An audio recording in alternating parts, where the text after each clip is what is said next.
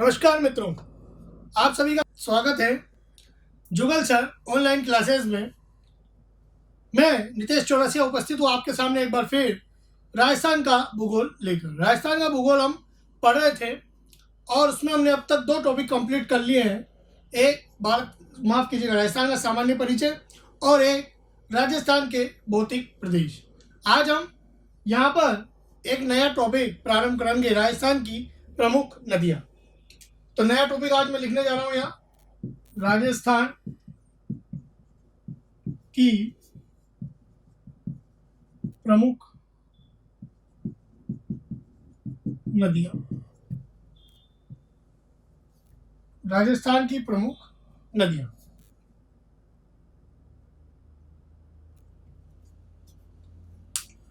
यह टॉपिक बहुत ही महत्वपूर्ण है, समझने वाला है, क्योंकि नदियां जो है प्रमुख स्थान रखती है हमारी देश में। हमारे देश में नदियों की कोई कमी नहीं, बहुत नदियां हैं। 10,000 से भी ज़्यादा छोटी बड़ी नदियां प्रवाहित होती है देश में। तो आज हम बात करेंगे नदियों की। सामान्यतः नदी, जैसे हमने देखा, पर्वत और पठार से निकलती और समुद्र में जाकर मिल जाती है। यह बहुत सी नदियां देश के अंदर ही प्रवाहित होती है और अंदर ही विलुप्त भी हो जाती है। तो इस तरह से हमने भारत में पढ़ा था नदियों की अलग अलग कैटेगरी। भारत में जब हमने पढ़ा तो हमने पढ़ा हिमालय से निकलने वाली, प्रायद्वीप से निकलने वाली। अब वो नदियां या तो अरब सागर में गिरती थी या भारत के उस तरफ बंगाल की खाड़ी में जाकर गिरती थी। यहाँ राजस्थान में भी अरब सागर और बंगाल की खाड़ी वाला अपन प्रवाह पढ़ेंगे। तो सबसे पहले राजस्थान की नदियों को हम 3 भागों में देख सकते हैं। 3 भागों में हम देखेंगे कौन कौन से हैं। पहला भाग,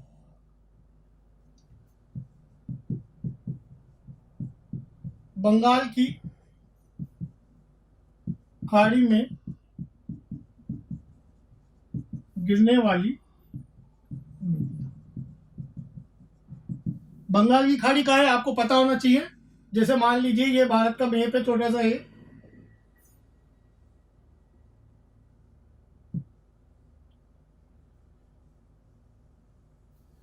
तो ये जो भारत है, इस भारत के इधर बंगाल की खाड़ी है, इस तरफ, यानी कि भारत के दक्षिण और पूर्व की ओर, दक्षिण पश्चिम तरफ अरब सागर है। तो बंगाल की खाड़ी में गिरने वाली। दूसरा पॉइंट पढ़ेंगे अपन, अरब सागर में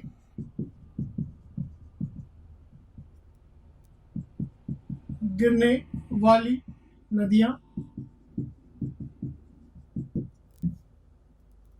और एक प्रकार की और नदियां हैं जो देश के अंदर ही आती है और यहीं विलुप्त हो जाती है, राजस्थान के अंदर विलुप्त हो जाती है। छोटी छोटी कई सारी नदियां हैं, तो उन्हें हम कहते हैं आंतरिक नदियां।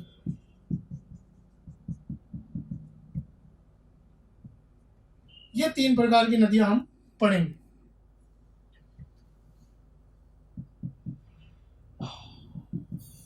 तो 3 प्रकार से पढ़ेंगे एक एक करके।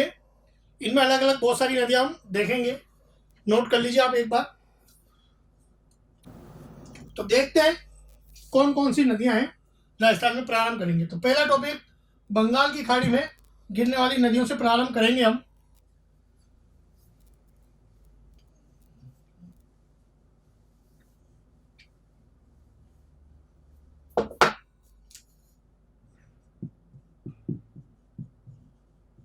बंगाल की खाड़ी में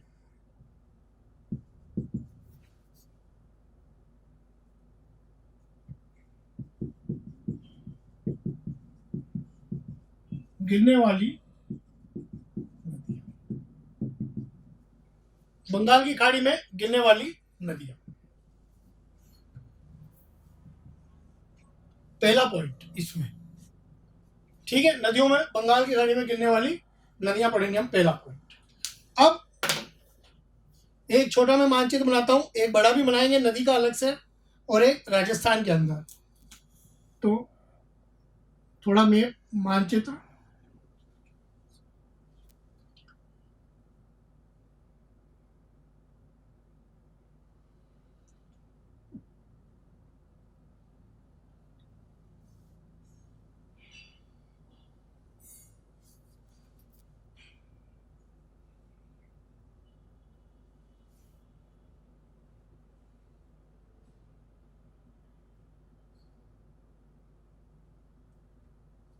मानचित्र केवल समझने के लिए होता है, ताकि केवल आपको समझ में आ जाए।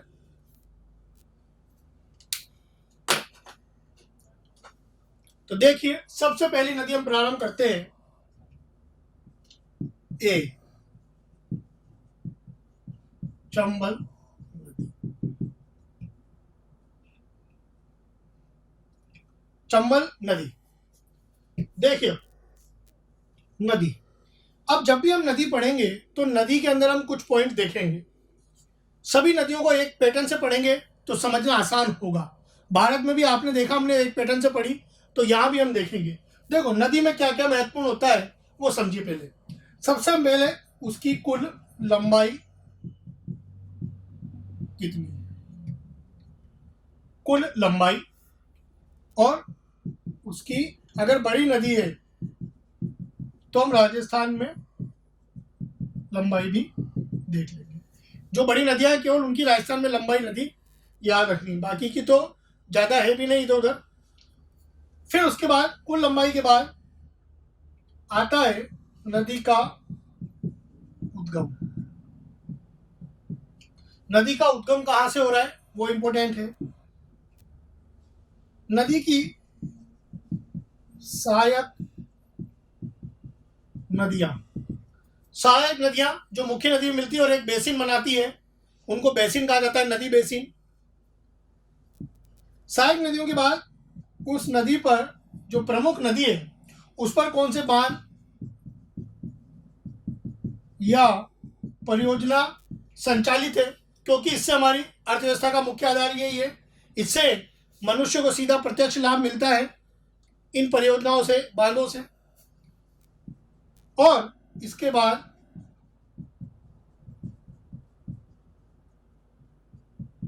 अन्य बिंदु, जिसमें हम नदी के बारे में जो भी महत्वपूर्ण बिंदु होंगे या जो भी उसकी विशेषताएं होंगी वो हम पढ़ेंगे इस पॉइंट के साथ। तो ये मैंने पैटर्न बताया है आपको कि इस तरह से हम पढ़ेंगे।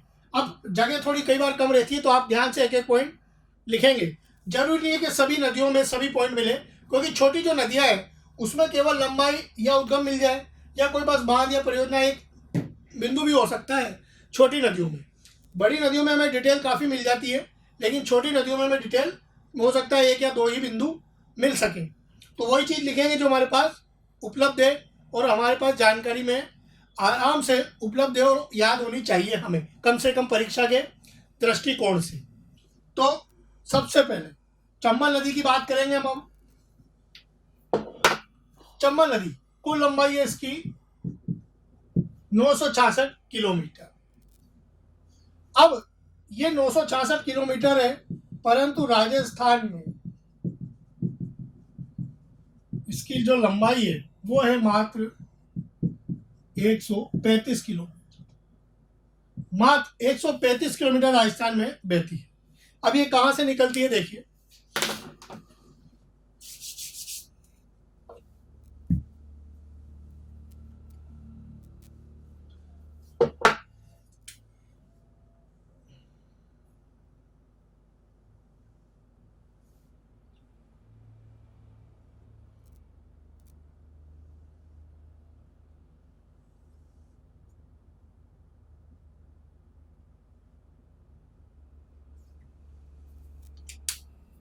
ध्यान से समझिए, चित्र थोड़ा इस तरफ होगा। अभी मैं केवल छोटा चित्र बना रहा हूं। ये नदी आती है मध्य प्रदेश में जनापाव की पहाड़ी से, जो कि विंध्याचल का ही एक भाग है। तो वहां से ये नदी निकल कर आती है और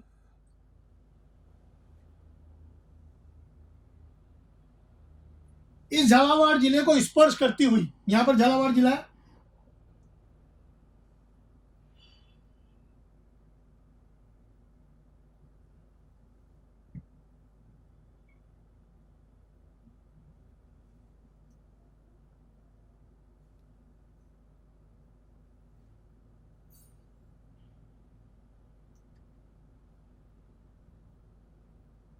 ये दिशा है इस नदी।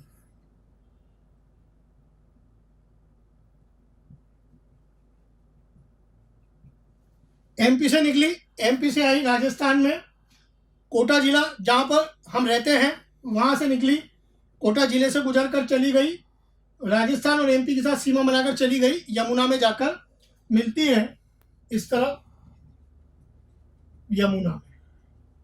उत्तर प्रदेश में मिलती है, वो हम पहले ही पढ़ चुके हैं, असाइन नदियां हैं क्योंकि यमुना की है, तो वो भी देख लेते हैं हम।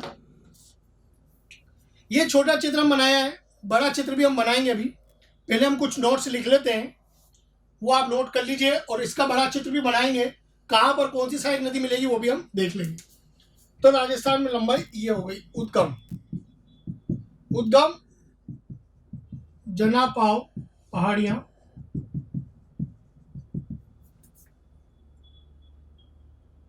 जो कि इंदौर जिले में आता है।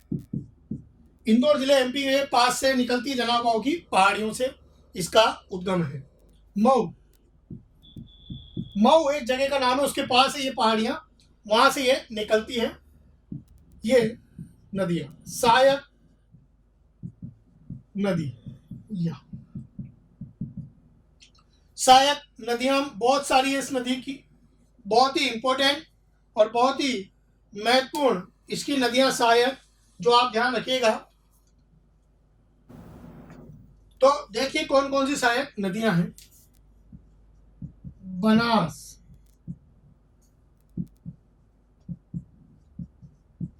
काली सिंध, ये इसकी प्रमुख सहायक नदियों में बनास है, एक है काली सिंध, पार्वती, बामनी, मेच, शिप्रा, जिसके किनारे उज्जैन बसा हुआ है, शिप्रा नदी उज्जैन में, सिवान,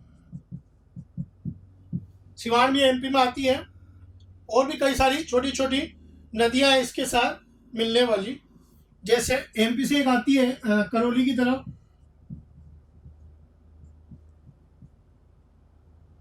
कूनू या कुन्नू भी इसे कहा जाता है, जो आती है निकलकर। एक छोटी नदी जो बनास के साथ मिलेगी, सी, ये इसकी प्रमुख सहायक नदियां हैं। तो इसे आप पहले नोट कर लीजिए, फिर आगे बढ़ते हैं।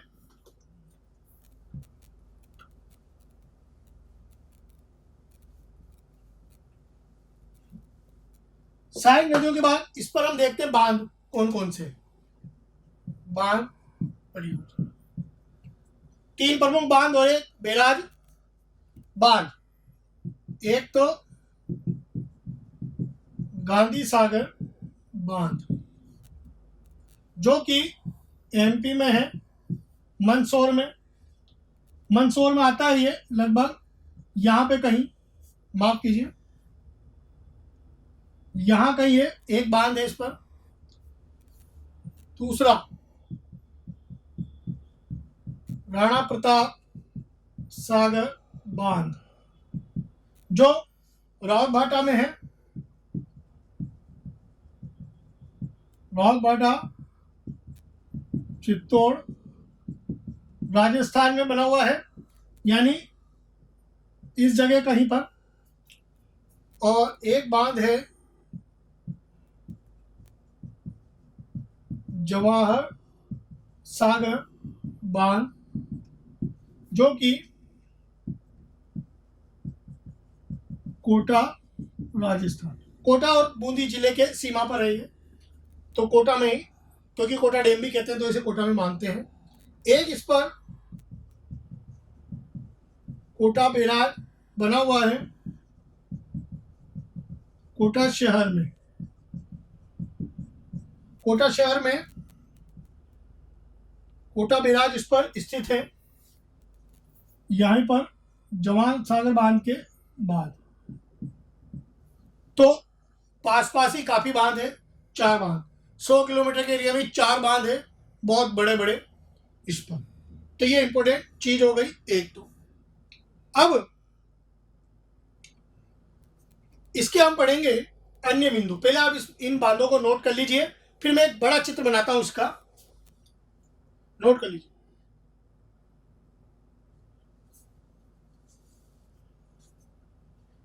तो हम अब बड़ा चित्र बना लेते हैं, फिर उसके मुख्य बिंदु और विशेषताएं हम देखेंगे अन्य बिंदु।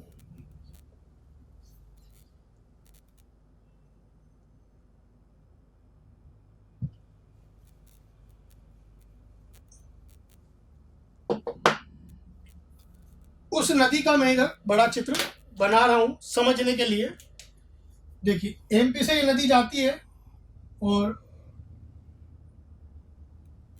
जाके उधर यमुना में मिल जाती है।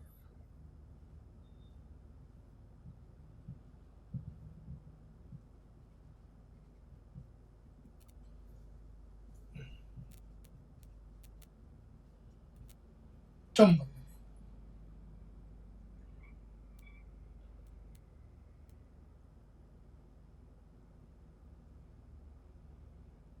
चंबल, चंबल नदी एमपी से निकली,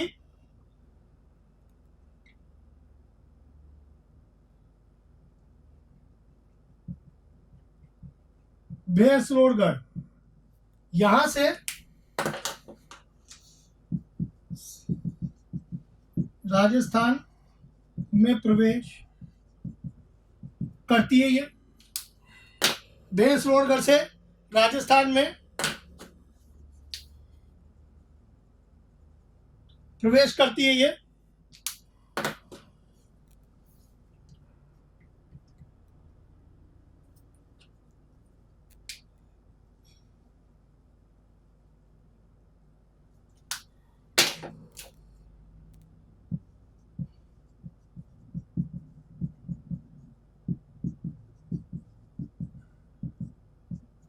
चित्तौड़ जिले में आता है ये राजस्थान में।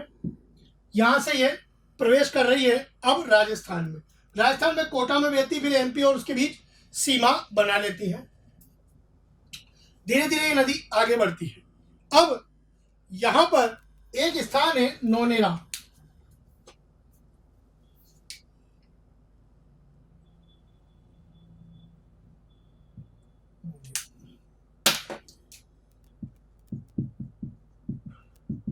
नौनेरा में एक नदी इधर से आती है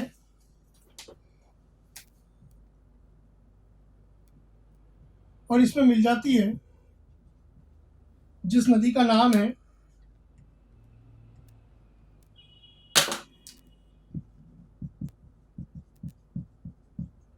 काली सिंध नदी। नौनेरा जो कि आपके लगभग बूंदी जिले में है। इससे पहले एक छोटी नदी चित्तौड़ से आती है,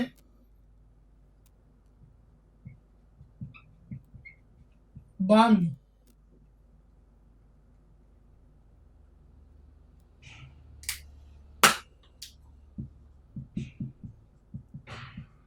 चित्तौड़ से निकलकर चित्तौड़ के पास ही ये मिल जाती है चंबल में। तो ये जगह का नाम नहीं दे रहा हूं, केवल बामनी नदी एक इसकी सहायक है, ये बना लीजिए। नौनेरा ये ध्यान रखना है, काली सिंध आके मिलती है, क्योंकि काली सिंध एक बड़ी नदी है और प्रमुख सहायक नदियों में इसकी गिनती होती है। ऐसे ही काली सिंध जो कि आती है आपके एमपी से।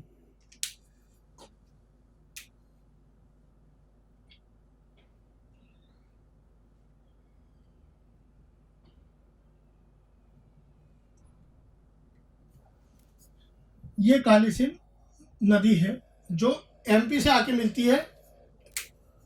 आशा आपको चित्र समझ में आ रहा होगा। नौनेरा में मिल जाती है इसमें, ठीक है। अब छोटी छोटी नदियां हैं और भी, जैसे एक नदी है पार्वती।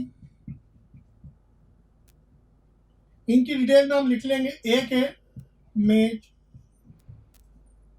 बूंदी में एक नदी और मेज मिलती है, इसमें छोटी छोटी नदियां हैं। फिर इसके बाद एक प्रमुख जगह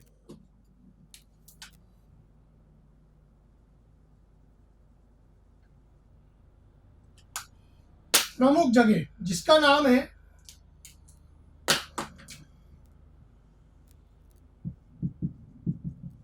रामेश्वरम। रामेश्वरम आता है लगभग 100 माइल ऊपर। यहां पर एक नदी इसमें मिलती है, बड़ी नदी है वो भी,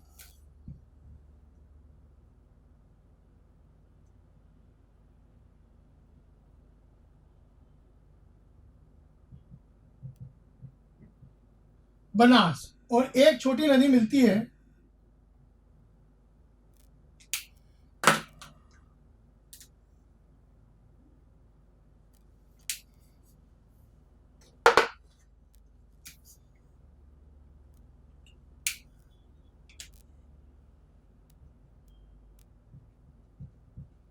सी।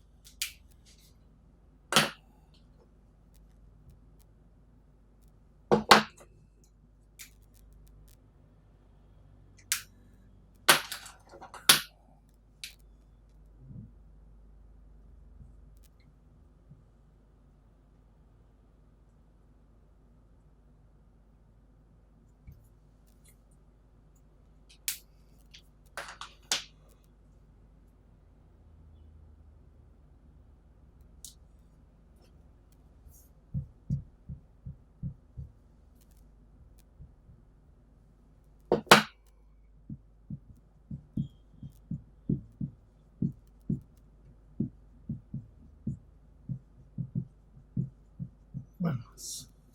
काले अक्षरों से नाम लिखे नदियों के, और जो अंडरलाइन है वो स्थान के नाम है, शहर या गांव के नाम है।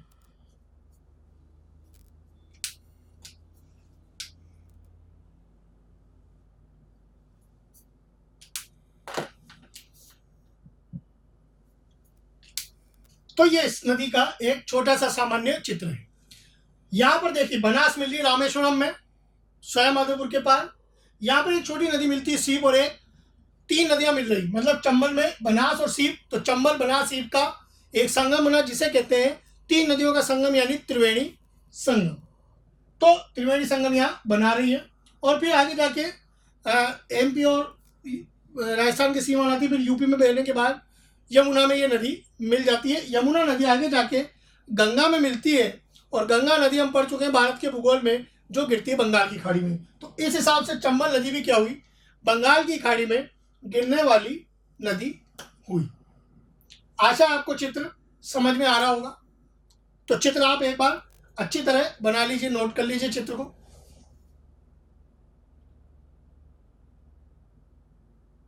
अब इसके मुख्य बिंदु हम देखते हैं, यानी अन्य बिंदु।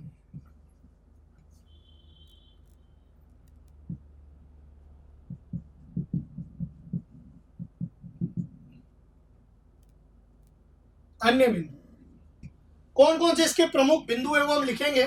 जगह थोड़ा मेरे पास कम है चित्र बनाने के बाद, तो आप ध्यान रखिएगा। ये चित्र आपने बना लिया होगा, इस तरह से समझ में आ गया होगा। मैं इसको मिटा देता हूं ताकि हम अन्य बिंदु इधर भी लिख सके। काफी बिंदु है, 8-10, तो हम देख लेते हैं कौन कौन से हैं। यहां भी हम लिख लेंगे कौन कौन से अन्य बिंदु हैं। ठीक है, तो समझिएगा। तो देखिए कौन कौन से हम इसके जो अन्य बिंदु है आप देखते हैं। पहली बात, यह राजस्थान की सबसे लंबी नदी है।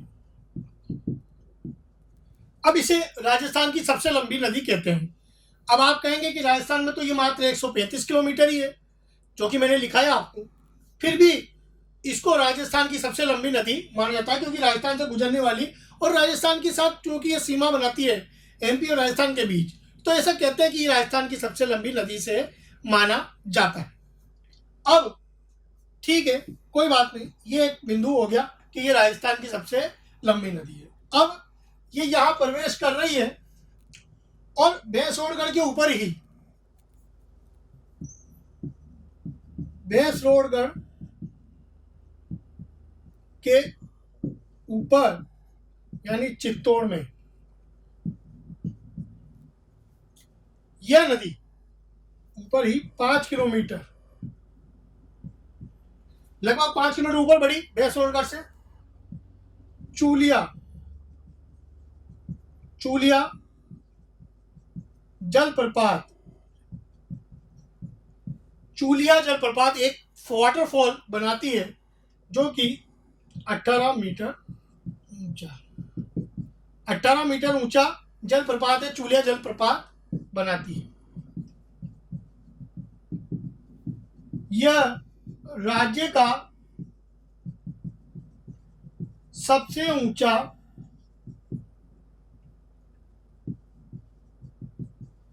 जल प्रपात, ये राजस्थान का सबसे ऊंचा जलप्रपात है, 18 मीटर ऊंचा।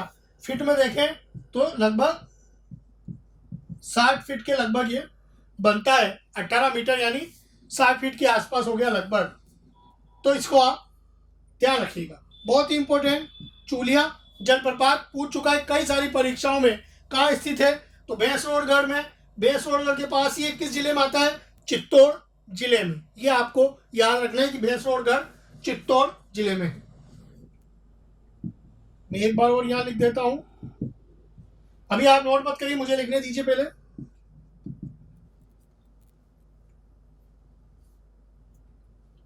पांच मिनट ऊपर ही ये बना हुआ है, चूलिया जल प्रपात। अब ये पूछ सकता है कि जो ये नदी की लंबाई है 966, कुल लंबाई कितनी है नदी की? 966 किलोमीटर। अब देखिए डिवाइडेशन भी इसका पूछ सकता है, जैसे मध्य प्रदेश, फिर आती है ये राजस्थान, फिर सीमा बनाती है राजस्थान प्लस मध्य प्रदेश, फिर बहती है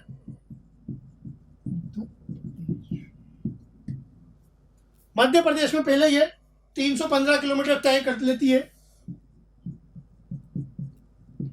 राजस्थान में तो 135 किलोमीटर ही है।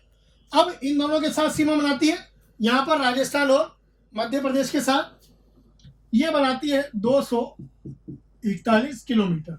ये भी एक महत्वपूर्ण प्रश्न हो गया कि राजस्थान और मध्य प्रदेश के बीच में ये कितने किलोमीटर सीमा बनाती है? लगभग 200 किलोमीटर, 41 किलोमीटर। फिर उत्तर प्रदेश और में ये 275 किलोमीटर बहती है और फिर मिल जाती है यमुना में। एक सहायक नदी और यहां बना लीजिए इसकी, छोटी कूनू, जो एमपी से आती है, अभी लिख लेंगे हम इसको भी। तो ये इसकी डिटेल है, 966 किलोमीटर। इस प्रकार इसकी लंबाई सब जोड़ेंगे तो ये आनी चाहिए लगभग। अब तो एकमात्र नदी है जो अंतर्राज्यीय सीमा बना रही है, यानी दो राज्यों के बीच की सीमा को अंतर्राज्यीय सीमा कहते हैं। तो लिखेंगे अगला पॉइंट, यह नदी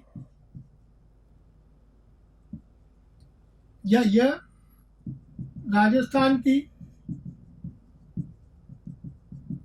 एकमात्र नदी है जो अंतर्राज्यीय सीमा बनाती है, जो अंतर्राज्यीय सीमा बनाती है, एकमात्र नदी है। यह एक इंपॉर्टेंट पॉइंट हो गया। तो बहुत ही महत्वपूर्ण पॉइंट है ये भी। अब देखिए रामेश्वरम में त्रिवेणी बना रही है, तो लिखेंगे रामेश्वरम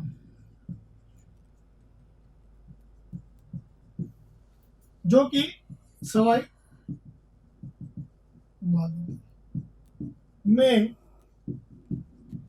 इसमें बनास व सीप नदी आकर मिलती है व त्रिवेणी संगम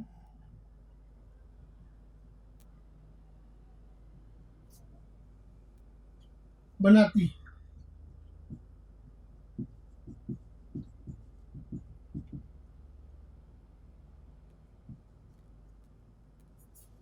त्रिवेणी संगम बनाती है कहां पर? रामेश्वरम में। कौन सी आ रही है? बनास और सीप नदियां, जो कि चित्र में भी नजर आ रही है हमें, वो आके मिलती है और त्रिवेणी संगम बनाती है। इनको नोट कर लीजिए। कुछ और पॉइंट है वो भी हम देख लेते हैं, देखते हैं कुछ और प्रमुख बिंदु कौन कौन से हो।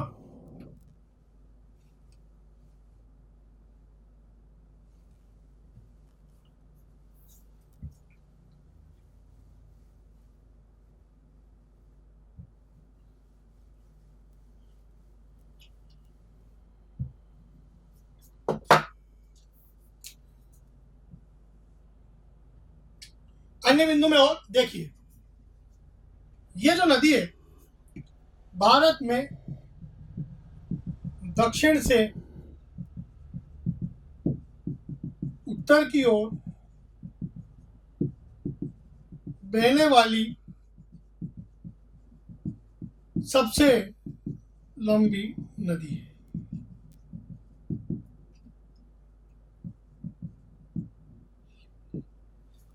ये नदी जा रही है दक्षिण से उत्तर की ओर। भारत में ये दक्षिण से उत्तर की ओर बहने वाली देखें तो सबसे लंबी नदी है, क्योंकि ज्यादातर नदियां उत्तर से दक्षिण आती है भारत में, लेकिन प्रायद्वीप की कुछ नदियां जो विंध्याचल पर्वत के आसपास से निकल रही, यानी मध्य प्रदेश खास तौर से, वो नदियां उस तरफ जाती है, यानी उत्तर की ओर। तो इस तरफ देखें, इस दृष्टि से तो सबसे लंबी नदी है दक्षिण से उत्तर की ओर जाने वाली, बहुत ही महत्वपूर्ण नदी। अब विश्व की एकमात्र नदी है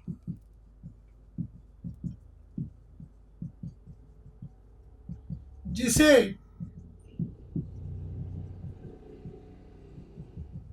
यूनेस्को ने विश्व धरोहर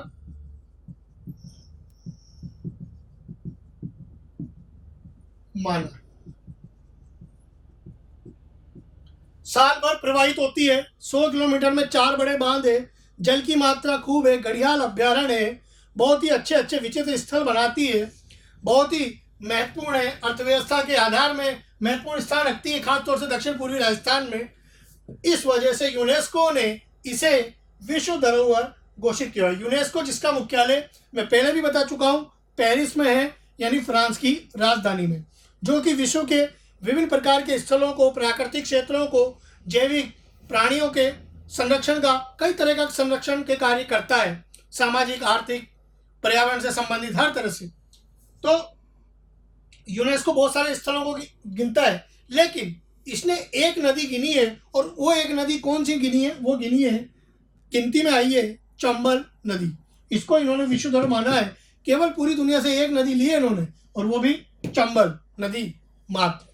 इसको विश्व धरोहर के लगभग उन्होंने माना है। किसने? यूनेस्को ने। फिर अब चंबल नदी परियोजना जो है,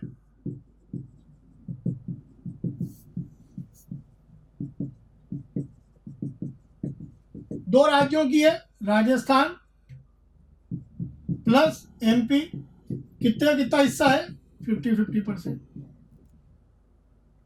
50-50% हिस्सा है दोनों का, नदी परियोजना का, चंबल और एमपी का। बहुत ही महत्वपूर्ण आधा आधा हिस्सा, आधा राजस्थान का, आधा मध्य प्रदेश का। इस नदी में गांगेसूस नाम का विशेष जीव पाया जाता है। एक विशेष जीव है गांगेसूस नामक, जो केवल इसी नदी में पाया जाता है। यह भी एक महत्वपूर्ण बिंदु है। यहाँ पर अगर हम देखें तो गांगेसूस जीव है, मिलता जुलता होगा कई चीज़ों से, जैसे मान लीजिए हो सकता है मगरमच्छ, हालांकि हमने देखा नहीं है, मगरमच्छ जैसा या ऑक्टोपस जैसा कुछ जीव है, ये विशेष प्रकार का है, देखा तो नहीं, हालांकि किसी ने बहुत कम ऐसी चीज़ें जो विचित्र होती देखने में कम आती है, पर हो सकता है नेट पर इसका आपको फोटो मिल जाए, कहीं से कुछ चीज़ मिल जाए, तो देखने का प्रयास कीजिए कि किस प्रकार का ये जीव है। तो ये इसके कुछ महत्वपूर्ण बिंदु है। अब एक चीज़ और, मैंने आपको अरावली में भी पढ़ाया था, माफ कीजिएगा, पूर्वी मैदानी प्रदेश जब हमने पढ़ा था भौतिक प्रदेश में था, कि यहाँ उबड़ खाबड़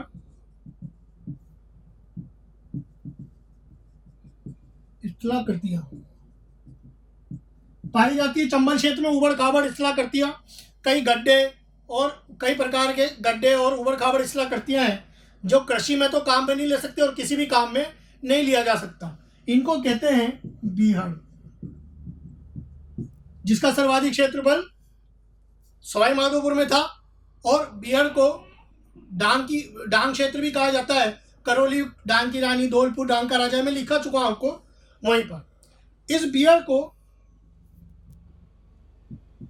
उत्खात,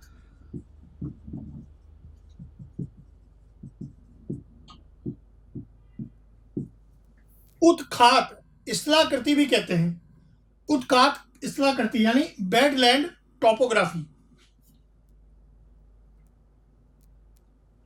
इंग्लिश में भी याद रखिएगा, बेडलैंड टोपोग्राफी भी कहा जाता है।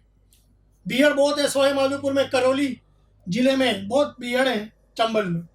तो ये इंपॉर्टेंट पॉइंट है, आप इनको नोट कीजिए।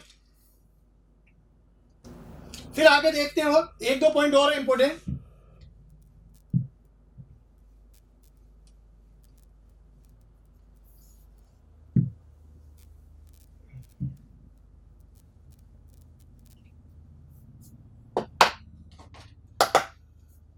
देखिए कौन कौन से इंपॉर्टेंट पॉइंट है अभी है। एक तो सर्वाधिक सतही जल वाली नदी कहां पर? राजस्थान। राजस्थान में सर्वाधिक सतही जल वाली नदी है। सतही जल बहुत सारा, इसका सतह की बात करें तो उसमें यह नंबर 1। जल ग्रहण क्षेत्र राजस्थान का देखें तो 17%। 17% राजस्थान का जल ग्रहण क्षेत्र ये कवर करती है। अब एक इंपॉर्टेंट और चीज, जिले जहां से ये गुजर रही है, कम से कम 7 जिले आप मान सकते हैं। 7 जिले कैसे हैं मैं बताता हूं। हालांकि 6 ही है, 6 ही है ज्यादातर, 7वां भी है। कैसे है? थोड़ा सा ये झालावाड़ को स्पर्श कर जाती है, हालांकि उसको गिनते नहीं है, लेकिन 6 जिले हैं। कौन कौन से हैं वो देखिए। राजस्थान की कहां पर आई? सबसे पहले चित्तौड़। एमपी से चित्तौड़ में आई, चित्तौड़ से ऊपर कोटा, चित्तौड़ से ऊपर कोटा में ये गई। फिर कोटा के बाद बूंदी से थोड़ी सी निकलती है, ज्यादा नहीं, कुछ क्षेत्र जो बूंदी और चित्तौड़ के बीच में है, बूंदी का वो। फिर सवाई माधोपुर, करौली और तो कितने जिले हुए? 1 2 3 4 5 और 6 जिले हो गए। और झालावाड़ को भी स्पर्श कर देती है।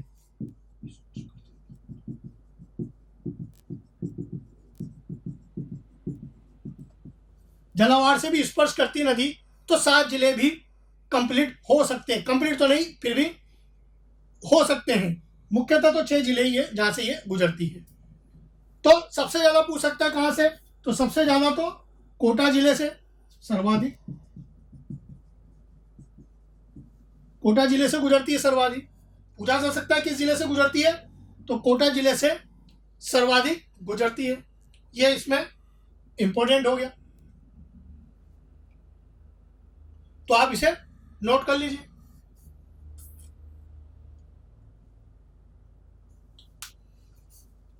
और देख लेते हैं अन्य नाम।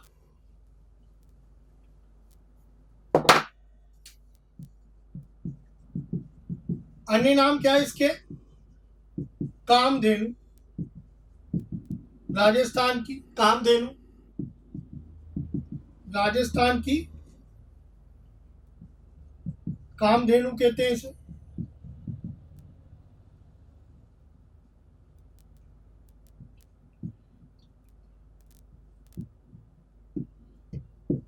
चर्मण्यवती एक नाम, राजस्थान की कामधेनु। सदावाहिनी कहते हैं इसे, नित्यवाहिनी। सदावाहिनी और नित्यवाहिनी ये भी इसके प्रमुख नामों में गिनती होती है, तो आप इन सब चीजों को नोट कर लीजिए। तो ये हमने इसकी पढ़ी चंबल नदी के बारे में। चंबल नदी के बाद इसकी छोटी छोटी सहायक नदियां वो देख लेते हैं हम, सब में एक एक दो दो लाइन है, वो फटाफट हम देख लेते हैं।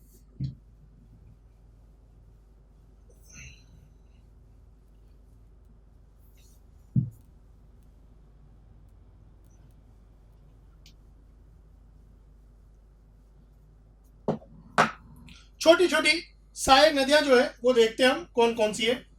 पहली है, ये तो कैपिटल ए थी तो बी हो गई, काली सिंध। अब इनके उतनी डिटेल नहीं है तो इंपॉर्टेंट पॉइंट याद रखिएगा। काली सिंध कुल लंबाई लगभग 351 किलोमीटर। चूंकि एक बड़ी नदी है, इसकी लंबाई उपलब्ध है, इसलिए मैं लिखवा रहा हूं। जिसकी उपलब्ध नहीं है, बहुत छोटी नदियों की उपलब्ध नहीं है, तो उसकी हम नहीं लिखेंगे।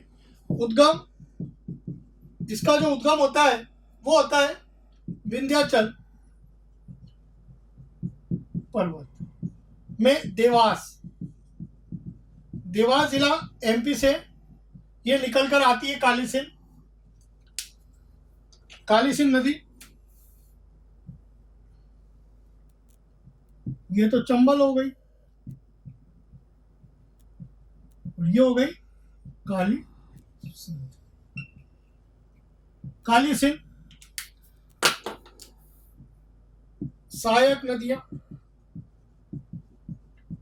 इसकी छोटी छोटी सहायक नदियां भी है, वो देख लीजिए कौन कौन सी है। आहू, उजाड़, परवन, निमाज। आहू, उजाड़, परवन और निमाज इसकी छोटी छोटी सहायक नदियां हैं। जैसे ये जो काली सिंध नदी है, देखिए इसमें छोटी छोटी नदियां हैं। उजाड़,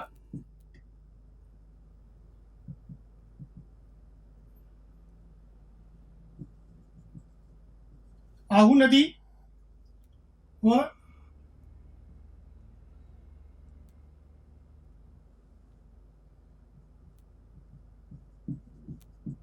परवन नदी।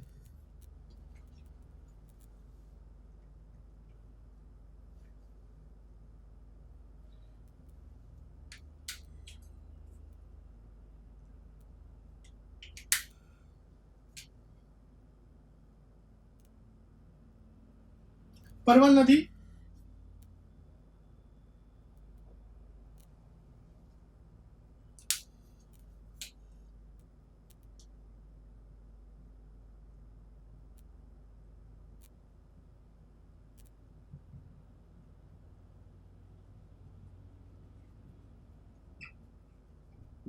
ये काली सिंध नदी की दो तीन प्रमुख सहायक नदियां हैं। तो आहू, उजाड़, परवन और निमाज। अब मुख्य जो बिंदु है इसकी, अन्य बिंदु में अगर हम देखें तो ये हो गया कि जहां काली सिंध है और आहू नदी है, काली सिंध और आहू नदी ये झालावाड़ जिले का है, जहां पर गागरोन का किला है। तो यहां पर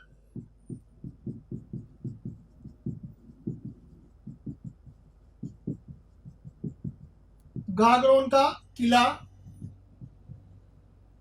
स्थित है झालावाड़ जिले में।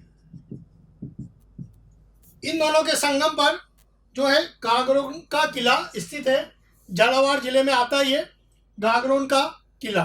तो ये इंपॉर्टेंट पॉइंट है, इसका नोट कर लीजिए इसको फटाफट।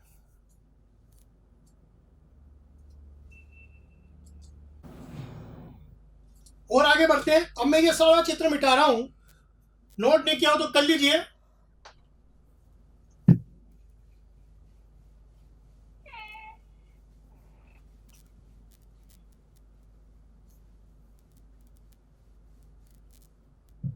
और भी छोटी छोटी नदियां हैं जिसकी डिटेल हम लिख लेते हैं। देखिए और नदियां अब हम देखते हैं। जैसे एक नदी है पार्वती, सी पार्वती, लंबाई इसकी दी नहीं है। जो उद्गम है इसका वह है सीहोर के पास, सीहोर भोपाल के पास आता है।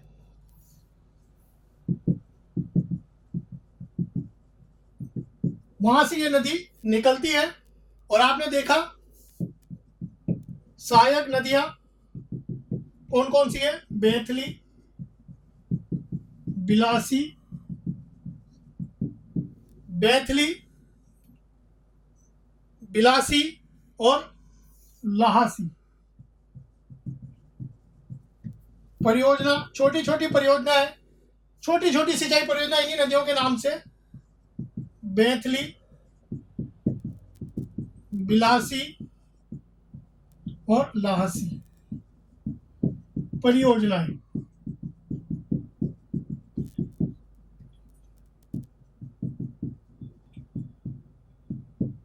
तीन परियोजना, तीनों 12 जिले में है, क्योंकि 12 जिले में ये मिलती है चंबल में, सॉरी सवाई माधोपुर जिले में मिलती है, लेकिन ये जो परियोजना है 12 जिले के लिए बनाई गई है। फिर इसके बाद पलिया गांव, पलिया गांव जो कि सवाई माधोपुर में चंबल में मिलती है। तो ये पलिया गांव सवाई माधोपुर में जाके चंबल में मिलती है, चित्र में बना लिया था हमने। आगे बढ़ते हैं। फिर इसके है डी, एक नदी और बामनी। बामनी नदी हम देख लेते हैं कहां से आती है, ये भी इंपॉर्टेंट है। ये उद्गम इसका जो है हरिपुरा चित्तौड़, हरिपुरा चित्तौड़, हरिपुरा की पहाड़ियां हमने पढ़ी थी अरावली में, वहां से ये निकल कर आती है। और हमने देखा ये मिली चंबल से। कहां पर मिली? बेसरोड़गढ़ में।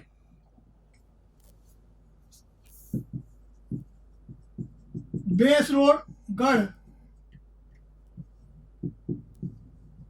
दुर्ग इसी के पास है।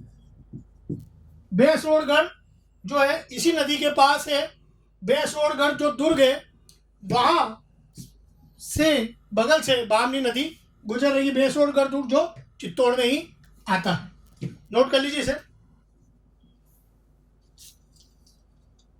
और बेसरोड़गढ़ के पास ही चंबल में ये मिल जाती है, पास पास ही है बिल्कुल।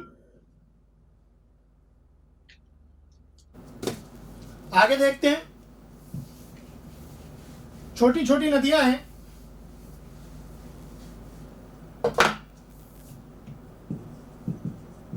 आहू नदी, इसके बाद ई, छोटी सी नदी है जो कि सुसनेर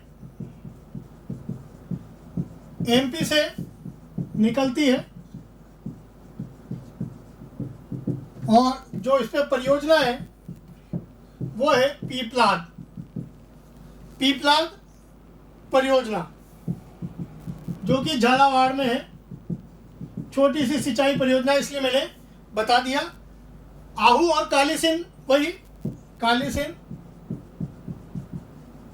प्लस आहू यानी गागरोन का किला,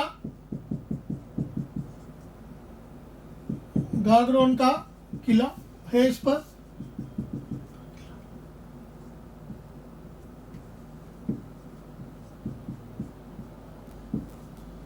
गागरोन का किला वही झालावाड़ में। ई के बाद एफ देखिए, छोटी नदी परवन, छोटी छोटी नदियां हैं, मालवा के पठार से आती है।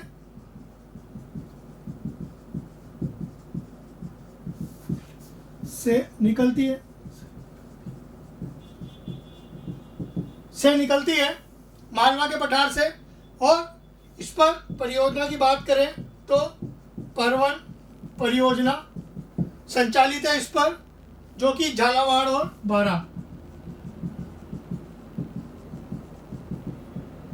छोटी छोटी परियोजना दोनों की मिलाकर परवन परियोजना। फिर जो है यहाँ पर मनोहर थाना दुर्ग है। कहाँ पर है ये? कालीसिंध में जहाँ मिलती है परवन, यानी कालीसिंध और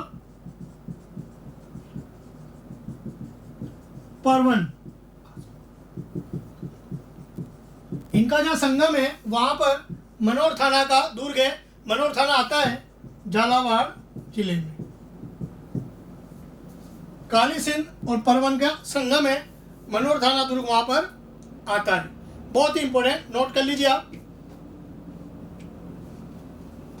छोटी नदी और एक दो और देख लेते हैं।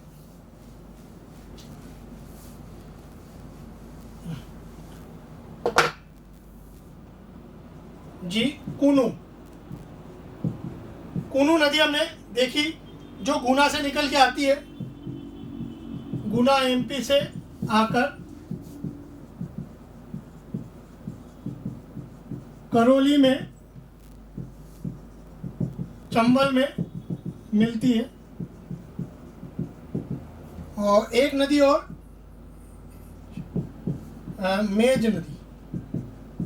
मेज नदी जो कि बूंदी से आती है, बूंदी से निकलती है। सहायक नदी इसकी, मेज की एक सहायक नदी है मांगली,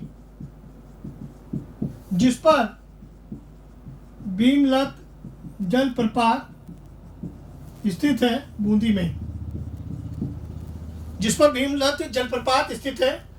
में, तो यह भी इंपॉर्टेंट नदी है मांगली, जो मेज की सहायक के बूंदी से ही निकलती है। छोटी नदी है पर जलप्रपात इंपॉर्टेंट है, छोटा जलप्रपात है पर इंपॉर्टेंट। तो ये कुछ प्रमुख सहायक नदियां थी चंबल की। तो आज हमने केवल चंबल नदी का वर्णन पढ़ा है बंगाल की खाड़ी में गिरने वाली नदियों में। अगले वीडियो में पढ़ते हैं हम अगली नदी। तब तक के लिए धन्यवाद। जय हिंद, जय भारत।